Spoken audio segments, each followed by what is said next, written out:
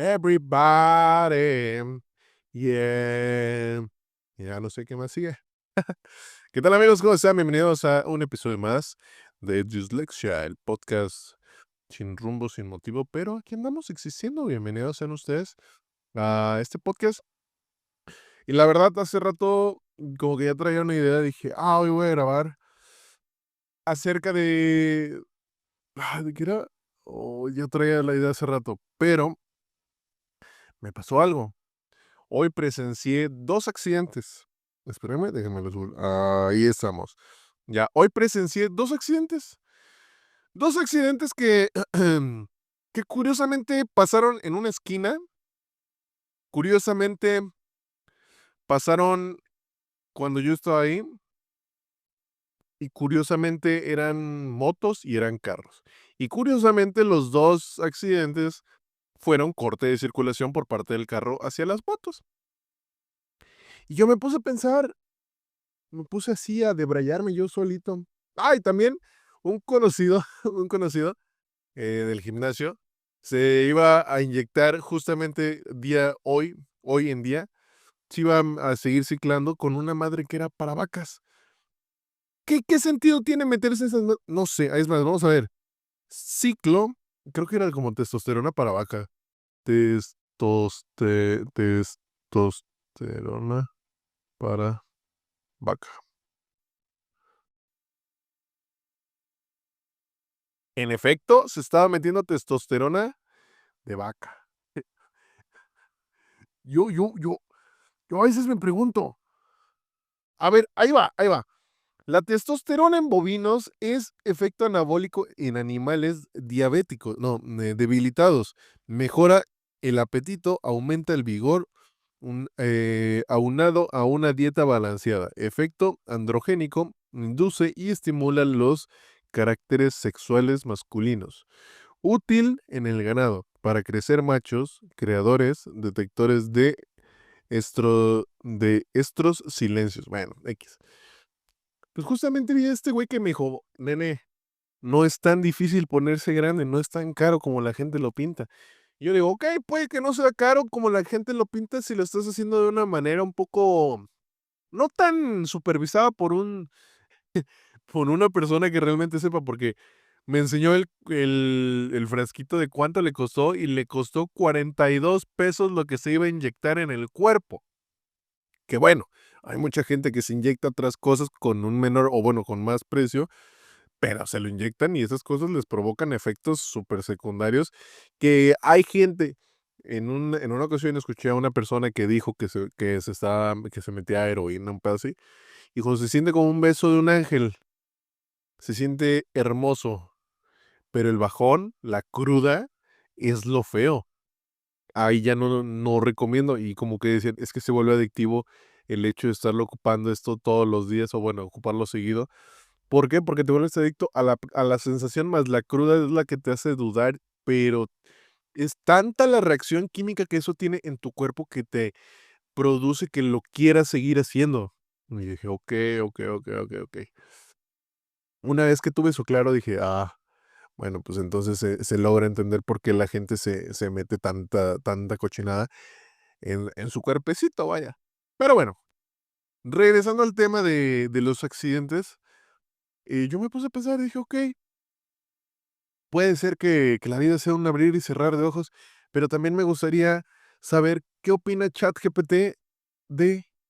A ver, vamos a preguntar, ¿qué opinas de la vida y de la muerte? Porque ChatGPT se ha vuelto mi amigo últimamente en esta temática de los podcasts. ¿Qué opinas de la vida y de la muerte? Libros, libros que hablen de la vida y la muerte y su perspectiva. Listo. A ver, si nos ponemos un poco más acá, más serios, pues hay que saber que hay ¿quién dijo? A ver, ¿quién dijo que el frío? Ahí está. ¿Quién dijo que el frío es la ausencia del calor? La frase que define el frío como ausencia del calor se popularizó a través de una conocida leyenda urbana atribuida, perdón, a Albert Einstein. Durante sus años de estudiante, perdóneme, mi dislexia a veces me prohíbe como, como hablar bien, vaya. Dice, aunque se usa para ilustrar conceptos físicos, no hay evidencia histórica sólida de que Einstein pronunciara dicha frase en ese contexto. Pero hace años, justamente hace años, yo escuché esa frase. Y un maestro de la secundaria o prepa nos lo llegó a comentar. Nos dijo, oigan, ¿ustedes saben qué es el frío? Y todos, pues es cuando la temperatura desciende, ¿no? Y ya ahí como que nos hizo un poco debrayarnos y empezar a pensar de una manera completamente diferente. Dice, aunque se usa para ilustrar conceptos físicos, no hay evidencia histórica sólida de que Einstein a ver, ajá, dice, el contexto de la historia se relata que Einstein debatió con un profesor de la Universidad de Berlín argumentando que el frío y la oscuridad no existen por sí mismos, que si no son la ausencia del calor y de la luz. Estamos de acuerdo todos que la oscuridad es la ausencia de la luz porque al momento de que, para entender el espectro de los colores, tenemos que entender que lo que nosotros vemos no son nada más y nada menos que colores. Bueno, ajá, colores que se dan a partir de la refracción de la luz en la atmósfera. ¿Ok? Porque una persona ciega, pues no le entra luz a sus ojos y pues no puede saber qué ve.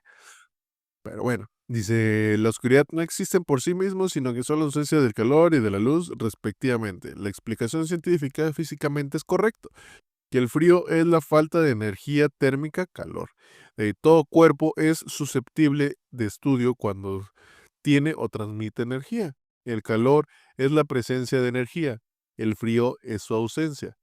El origen real, la historia circula como un correo electrónico en cadena desde los años 90, a menudo se confunde con bla, bla, bla, bla, bla, bla, bla, bla. Pero bueno, regresando al anterior, en esta última semana, de hecho del sábado para acá, he estado presente en 3 accidentes. En el de hace rato, pues no tanto, pero me pasaron así como frente a mí, vaya. Pero bueno, vamos a ver, ¿qué es lo que nos dice chat? Porque a veces, si nos ponemos a pensar, es difícil que una inteligencia artificial, una AI, tenga ese conocimiento y sepa discernir entre la vida y la muerte, o bueno, sepa diferenciar qué hay o pues sí, qué diferencias existen entre uno y otro. ¿Por qué? Porque en el mundo de la programación solamente se distinguen entre ceros y unos. ¿A qué voy con esto? O está prendido o está apagado. Bien, de ahí vamos a ver. Es una pregunta profunda que ha acompañado al pensamiento humano desde siempre. Aquí tiene, que bueno, no sé ustedes, pero a mí realmente me da miedo la muerte, como que el hecho de desaparecer, no sé, siento que eso como que me da para abajo, ¿sabes? Pero bueno, aquí tienes una reflexión personal y también recomendaciones de libros que abordan la vida y la muerte desde distintas perspectivas filosóficas, religiosas y literarias. Bien, ¿qué opino sobre la vida y la muerte? La vida puede verse como un proceso de significado, una mezcla de relaciones, experiencias y crecimiento. No solamente es existir, sino encontrar propósito en lo que hacemos, cómo nos relacionamos con otros y con el mundo. La vida es finita, lo que la hace preciosa. ¿Sale? De ahí, el sufrimiento y la alegría son parte del mismo tapiz. Lo que nos hace sentir vivos a nosotros como personas es sufrir y ser felices. ¿Cómo? Ahí les va. ¿Cómo nos damos cuenta que estamos vivos y que estamos sintiendo? Pues a través del dolor. ¿Por qué creen que cuando, bueno, teóricamente, realmente no sé porque esto, no soy una persona experta en el área de la salud, pero en las películas normalmente vemos que a los niños les pegan una nalgada cuando nacen? ¿Por qué? Para ver que están sintiendo y que están vivos. ¿Vale? Si no reaccionaran de esa manera, pues obviamente tendríamos un problema y estaríamos ante algo que puede llegar a perjudicar al ser humano, vaya. De ahí, el sentido no siempre está dado. muchas veces se construye, que es de la vida. La muerte es una certeza de la vida, pero también un misterio. Perdónenme, perdónenme, perdónenme. Ay, es que como tengo moquitos. A ver, me va a sonar los mocos. Voy a apagar tantito el micro y ahorita, a ver, espérame, espérame, espérame.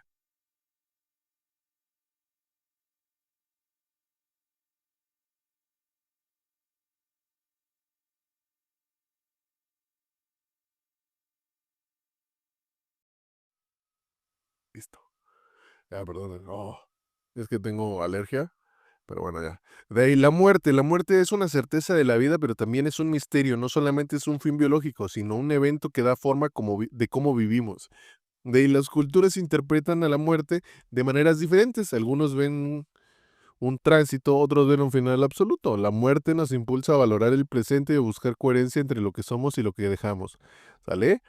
Libros y textos recomendados sobre la vida y la muerte, aquí de Filosofía y Reflexiones Profundas, Ser Tiempo de Martín Heidegger, analiza la conciencia como de la muerte influye en la autenticidad de la vida. Meditaciones de Marco Aurelio, las reflexiones estoicas sobre cómo vivir ante la certeza de la muerte. Y de ahí, El hombre que busca sentido de Viktor Frankl, eh, un enfoque terapéutico existencial sobre encontrar sentido incluso frente al sufrimiento externo. Ficción, que explora la vida y la muerte de Iván Ilich, de León Tolstoy, ajá, una de las novelas más penetrantes sobre cómo la muerte ilumina y a veces distorsiona la vida. Cien años de soledad, de Gabriel García Márquez, la vida. Fíjense que ese libro siempre me lo recomendaron, pero me dijeron, es que hay que tener la inteligencia para, para saberlo leer y poder interpretar este libro. Me lo han recomendado mucho, no sé si, no, pues no lo he leído, vaya, pero me llama la atención. Dice, la vida, el amor, la repetición y la memoria en un contexto donde la muerte es parte del tejido de la historia. De ahí, El extranjero de Albert Camus, una visión existencialista de la vida y la diferencia del universo ante la muerte.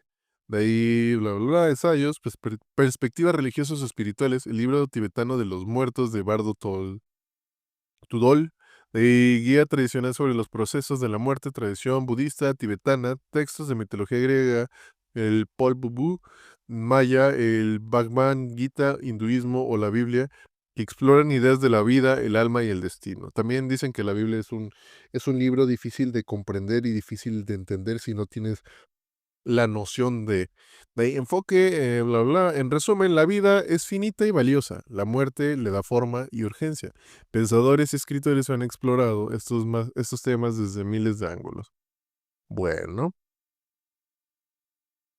ahora que tenemos como todo este contexto ya un poco más presente, hay un episodio de Breaking Bad. Bueno, en Breaking Bad hay un episodio donde, ahora iba a decir Hal, de Malcolm el del medio, porque ese es el mismo.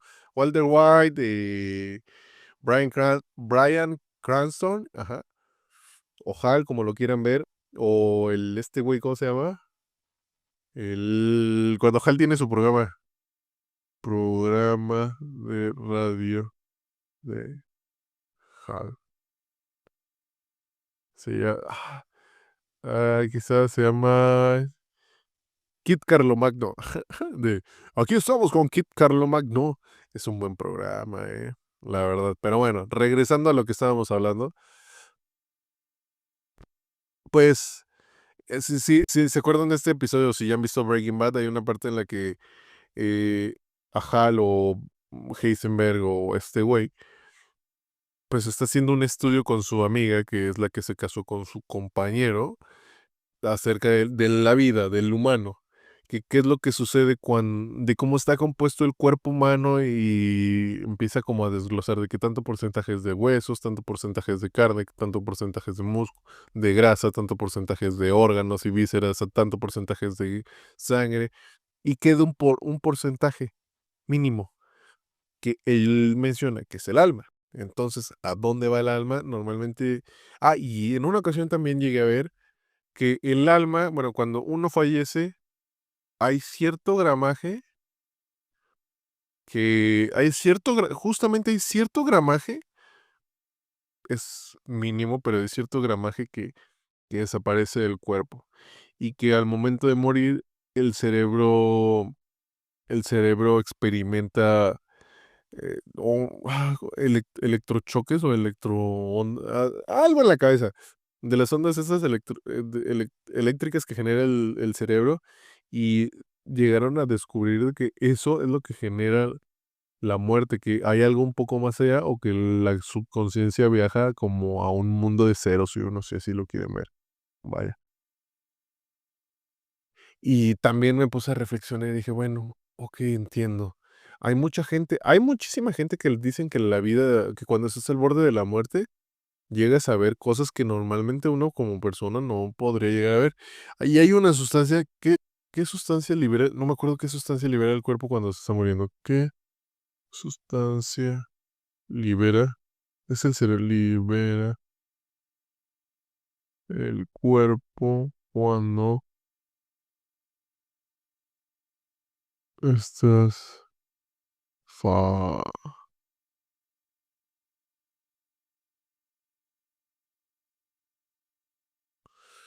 hay una sustancia que libera el cuerpo. La DMT. Ajá, creo que es el DMT, que hay gente que se mete DMT como para poder, y, y hay otro que contiene, ¿qué cosas contienen? Es que de aquí me puedo seguir. Contienen el DMT. Ya, a ver.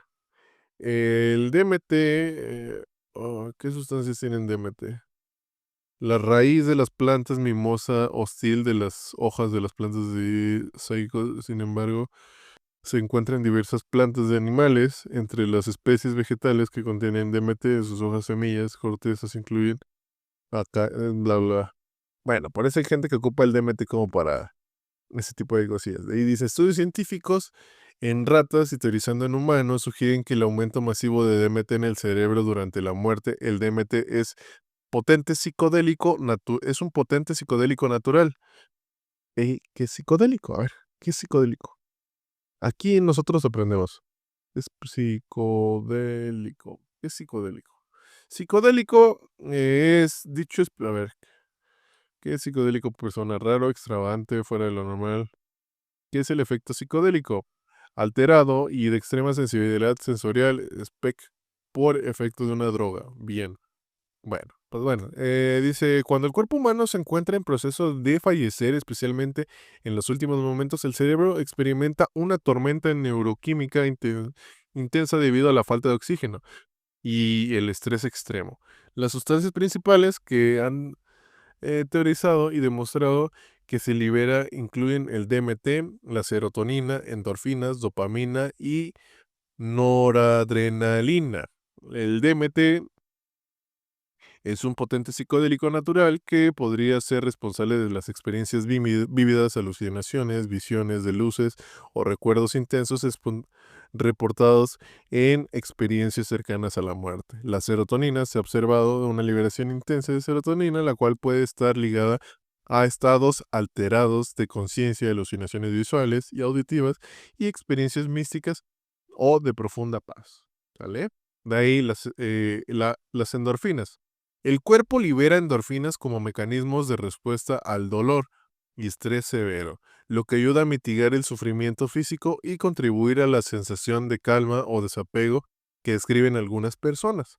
De ahí la dopamina y la noradrenalina se ha detectado un aumento significativo en la producción de neurotransmisores de estrés como la adrenalina y la noradrenalina durante un paro cardíaco. Cambios químicos, bueno, una vez que ya tenemos todo esto un poco más claro, cuando yo me accidenté, aún lo recuerdo como si hubiera sido ayer, pero ya tiene 2 años, ya va a ser 2 años, 2024, fue el 15 de mayo del 2024. El 15 de mayo del 2024 fue el día que yo llegué a vivir una experiencia un poco extrasensorial, si lo quieren ver así. Oigan, si quieren que hablemos de cosas como un poco más de terror, también estaría cool que me dejaran acá abajo en los comentarios los que están escuchándolo en YouTube y Spotify. Si quieren, dejen un comentario acá abajo de alguna historia o relato que quieran escuchar. Lo podemos comentar aquí en el podcast. Pero bueno, regresando a lo anterior, yo me acuerdo que estaba en el hospital y justamente estaba acostado, me dijeron, ¿sabes qué? Te vas a tener que quedar aquí en observación porque tu cerebro no reacciona como debería de estar reaccionando normalmente una persona. Y yo, ¿a qué va con esto? Sí, estás en estado de no alerta. Creo que es estado de no alerta. A ver, estado de no alerta, si no mal recuerdo, ajá. Un estado de no alerta o disminución del nivel de alerta es un estado de conciencia reducida que puede variar desde somnolencia hasta el coma. Por eso me dijeron, no te duermas, te vas a quedar en observación. Y yo, ¿pero por qué? Y me dijeron, es que estás en estado de no alerta y es peligroso que te des sueñito. Y me dijeron, si quieres, pues puedes hablar con tu papá y que te haga plática. Porque sí, o sea, hay que ser sinceros, hay que ser un poco más realistas y más apegados a la realidad. Cuando una persona está en estado de no alerta, es muy peligroso porque la cabeza es una, es la, pues es el ser, pues es como tu motherboard de tu computadora. Si tu motherboard de la computadora tiene un pequeño fallo, no va a servir para nada que tengas una buena gráfica, una buena memoria RAM, un buen procesador. Me estoy dando a entender como para dónde quiero ir. De ahí dice, afectando la capacidad de vigilia y respuesta del entorno. Se caracteriza por falta de atención sostenida. Ajá, confusión o falta de respuesta de estímulos. Aspectos clave del estado de no alerta es una disminución de la capacidad de percibir y responder a estímulos externos e internos. Niveles de disminución, somnolencia, que es el estado de baja alerta, y de este el estupor, ausencia de respuesta que solo sale con estímulos físicos vigorosos. Y está el coma, falta de respuesta, ojos cerrados, nula interacción con el entorno. Causas, incluye fatiga, privación del sueño, trastornos neurológicos, fármacos, drogas, lesiones cerebrales o infecciones. Yo tuve una contusión cerebral hemorrágica en mi cabecita. De ahí, impacto, riesgo elevado del accidente, 20% de los accidentes de tráfico y o decisiones inadecuadas. Diferencias del modo alerta. Bueno, ya estaríamos entrando en más detalles. Pero bueno, justamente cuando yo estaba en este estado de no alerta, quería dar un poco de contexto para esto, vaya. Cuando estaba en estado de no alerta, estaba yo acostado en una cama, aún me acuerdo, estaba en el pasillo del hospital, acostado como en una camilla, y justamente vi pasar a perdón, apagué el micro, jeje, y justamente vi pasar a 5 personas de negro que iban caminando. Y yo en mi lucidez, vaya, yo les pregunté, ¿vienen por mí? Me dijeron, no, no venimos por ti, venimos por otra persona. Y yo, seguros, no se les veía cara, solamente era como la silueta. Era una persona en medio alta y así como que iba disminuyendo su estatura, si no mal recuerdo. Y me acuerdo que me dijeron, no, pues a ti todavía te queda más tiempo. Yo les dije, ¿seguros? Y me dijeron, sí, tú tranquilo, tú todavía tienes otro chance, vaya. Dije, ah, bueno, gracias. Y les dije, entonces me dijeron, venimos por otra persona. Dije, bueno, ya, todo bien, todo tranquilo. Me estaba quedando dormido, pero pues no podía dormirme. Y veo que se pasan derecho. Se metieron al hospital y entre las puertas del elevador jamás vi que se abrieran, solo vi que atravesaron las puertas del elevador. ¡Qué ojo! A mí me causa mucho conflicto bueno, no me causa mucho conflicto, pero se me hace muy interesante que realmente sucedan ese tipo de cosillas como en los hospitales, ¿sabes? Pero bueno, regresando a lo anterior, justamente me pasaron me dijeron, ¿sabes qué? Pues vas a estar aquí, pero ahí me dijeron, no, es que es un tema muy sensible, así que lo vamos a pasar a la parte, como que va por colores, está el amarillo, el verde, amarillo, rojo y el azul, creo, va dependiendo, a mí me pasaron con los del azul. Y mi papá como que estaba muy preocupado. Y yo le dije, ¿pero por qué estás preocupado? Y yo no entendía. Hasta que después de que salimos del hospital me dijo, es que en ese color ya ponen a la gente desahuciada, gente ya que está moribunda. Y yo estaba preocupado por ti. Y pues sí, o sea, se entiende porque pues, estás en una parte donde ponen a la gente que es más susceptible a perecer, vaya. Y estando ahí, empecé a valorar, pues me puse a pensar y dije, no manches, no valoré mi vida lo suficiente y si algo me llega a pasar, no fui la mejor persona, o sea, en el sentido de que no valoré más mi familia, no abracé más, no le expresé lo que sentía a mi familia, como que eso me estaba como atormentando a mí en ese momento.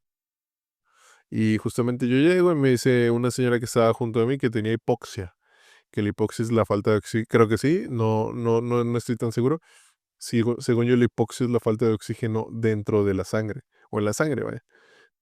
Y me dice la señora, justamente había un chavito aquí, sentado, más joven que tú. Me preguntó mi edad, me dijo, ¿cuántos años tienes? No, pues tengo 24. No, había un chavito más joven aquí ayer. Y yo le dije, ya lo dieron de alta. Y me dijo, no, falleció. Yo, ¿cómo que falleció? Dijo, sí, es que el chavito fumaba mucho esa cosa que le llaman vape.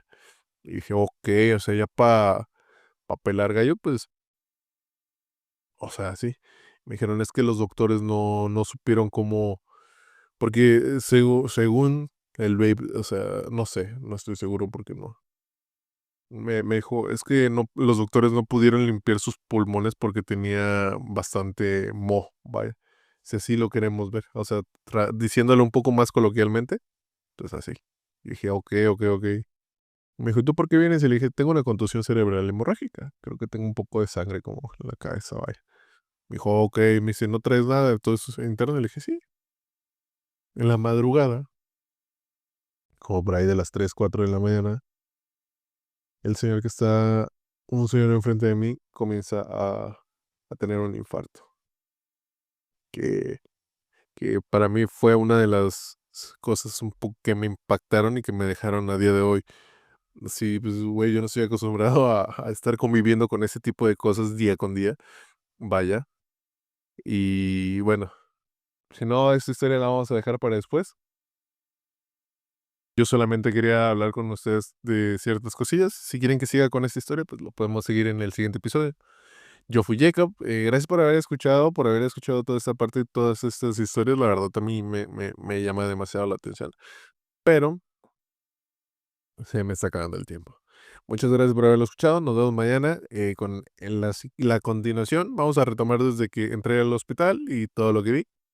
Vamos a retomar desde ahí, si no se me olvida. Y no olviden que pueden dejar acá abajo un comentario haciendo referencia o comentando de qué quieren que se hable en el siguiente episodio. Y si les gustan este tipo de episodios más de anécdotas que de otra cosa, déjenmelo acá abajo en los comentarios. Y si les gusta algún otro tema que quieran que hablemos o que comentemos, también sería cool que lo dejaran acá abajo en los comentarios. Yo fui Jacob, esto fue Dislexia por Ibar Jacob y nos vemos, bueno, nos escuchamos en el siguiente episodio. Bye bye.